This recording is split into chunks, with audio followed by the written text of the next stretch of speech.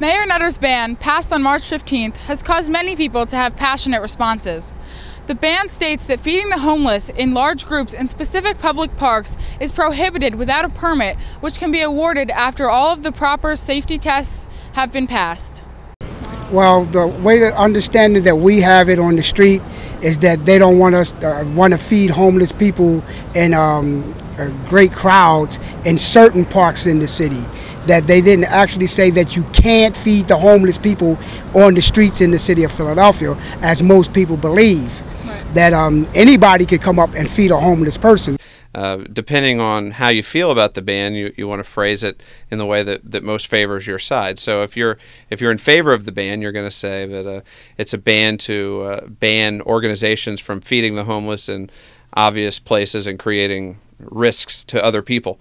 If you're against the ban, you're going to say that Mayor Nutter has banned feeding homeless people, which is obviously would be wildly unpopular, because who doesn't want to feed homeless people?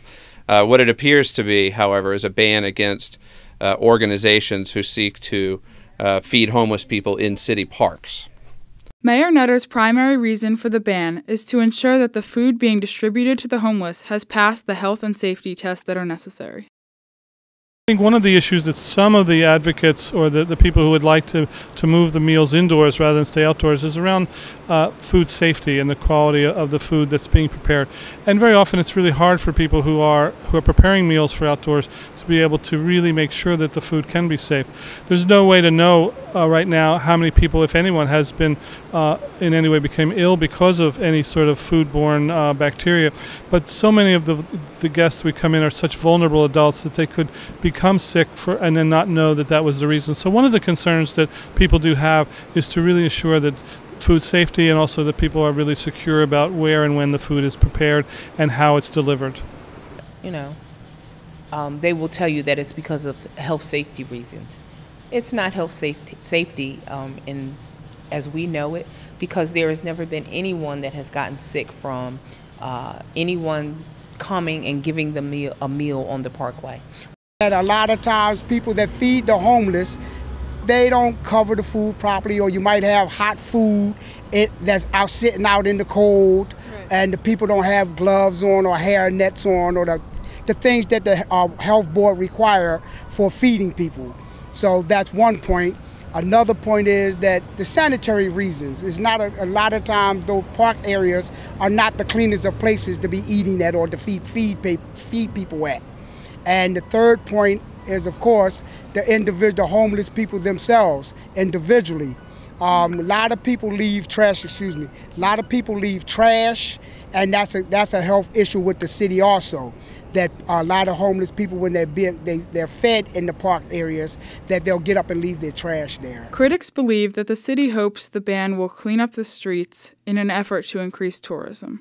Well, there's a lot of speculation as to what his actual motivations are. He's represented that his motivation is the dignity and well-being of the homeless people, and being able to ensure that their health and the food quality of the food being fed to them is monitored. However, I think it's obvious that in the middle of a city like Philadelphia, there is a certain level of embarrassment, whether rightful or wrongful, having a large group of homeless people being fed right down the street from City Hall and from Ben Franklin Parkway. And the timing of this whole ban with respect to the opening of the Barnes Foundation Museum is obviously also at play here.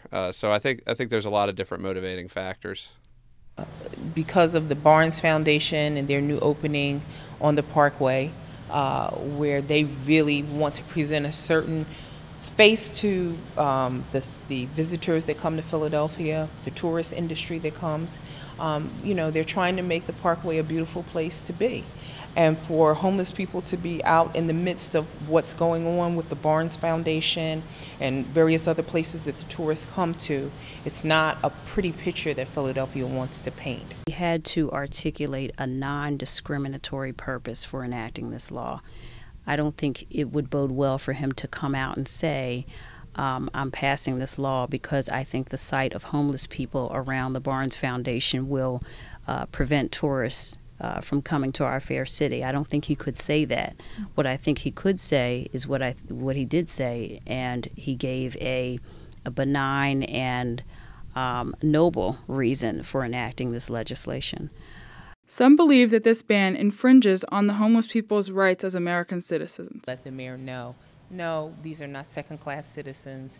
They have the same rights and privileges that everybody else has, and it is our God-given right to go out and make sure that they have a meal. And for filing the suit is not only do they not believe Mayor Nutter's articulated purpose for enacting this legislation, but I believe that they feel that the legislation infringes on certain rights and protections afforded to United States citizens under the Constitution, namely the right to exercise freedom of religion and perhaps the right to assemble. It's your right. You know, it's a God-given right to look out for one another. At the same token, that there are a lot of organizations, spiritual or civil organizations or private organizations that want to feed homeless people in numbers. The ban prevents homeless people from eating on public property, which then makes food less accessible, forcing them to take extreme measures to find food. You stop and think, if a man can't eat, you're going to find a way. That's man, I mean mankind, people period. If they can't eat, you think they won't go in the supermarket and take meat and eat it, to take bread or something and make a sandwich and eat it? I would. You see what I'm saying? If I'm hungry, I'm going to feed myself. I'm not going to start robbing nobody or stuff like that, but who says some won't? You know what I mean? It's going to have an effect on the city's economy as well. Don't go out and provide the services that they really need, then what alternatives do they have? You know, they end up eating out of a trash can, or, you know, a leftover burger that somebody couldn't finish. And I don't think that that's dignity or that's any way that anybody wants to live. Many believe Mayor Nutter proposed the ban in the wrong way and should have made alternate options available before suggesting such a seemingly cruel measure. I think if I was in the mayor's position, I would definitely look at opening up some additional sites. I would also look at some possible public space that could be used in a dignified manner in which people could actually feed outdoors and make the accommodations so that people will want to come. I don't think that the answer is placing people on display at City Hall, on the apron of City Hall, and then a year later telling them that they can't come there and that they have to go indoors. I don't think that's the solution. I think that with all of the free space that we have in this, city, that there can be a place that's designated for the homeless outside of City Hall, which, right now is under construction. Why isn't there a park that they can go to? Why isn't there a park that we can do meals at? It doesn't make sense that you ban one group from being fed in the park, but there's so many others that can go to the park and eat. I was the mayor and I wanted, or city council, and I wanted to make a resolution of that kind, I would first have something else in place. You just can't take and just do something like that and blanket cover it and there's nothing else in place for it. The question now is, will this ban make a dent in Philadelphia's root problem of poverty?